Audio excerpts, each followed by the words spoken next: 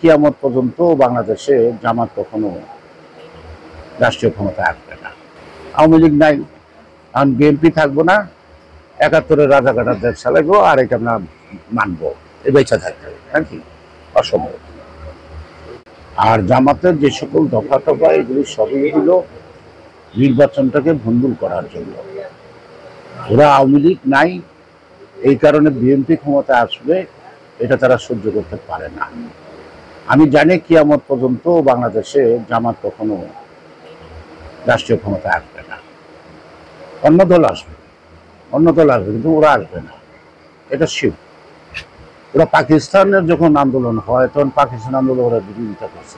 রান্নায় আমার ভালোবাসা Jamuna gas stove. Jamuna gas stove, আধুনিক, নিরাপদ ও দীর্ঘস্থায়ী। আজ পর্যন্ত জামাত পাকিস্তানে কখনো আসন পায় না। জামাত কিন্তু ভারতেও আছে, শুধু বাংলাদেশের না।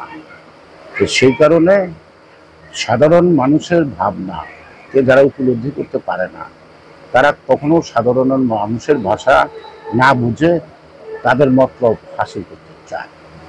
সেই কারণেই বলবো যে আমরা স্বাধীনতার যুদ্ধে যেমন আমাদের রক্তদান আছে, জীবনদান আছে, আমাদের শ্রম আছে, এবং প্রত্যেকটা আন্দোলনও পরিবর্তনে আমাদের শ্রম আছে।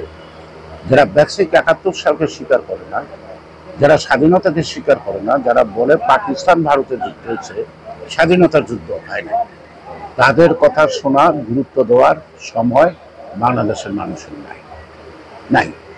তারা যারা ষড়যন্ত্রই করুক, নির্বাচন বানচাল করার ষড়যন্ত্র করবে, এটা আজকে দেখেন জামাতকে ব্যান করছে আওয়ামী লীগ।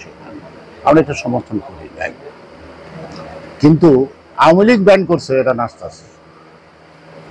আবার আওয়ামী লীগ ভোট করতে পারবে না। আওয়ামী লীগের যারা অপরাধ করছে তাদের বিচার হবে, কিন্তু দল করতে পারবে না। এটা কেমন কথা?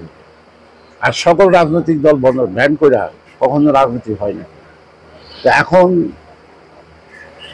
আওয়ামী লীগ নাই, এখন বিএনপি থাকবো না, ৭১-এর রাজাকাটার দেশ চালাইবো, আর এটা আমরা মানবো, এ বেঁচে থাকতে হবে নাকি? অসম্ভব।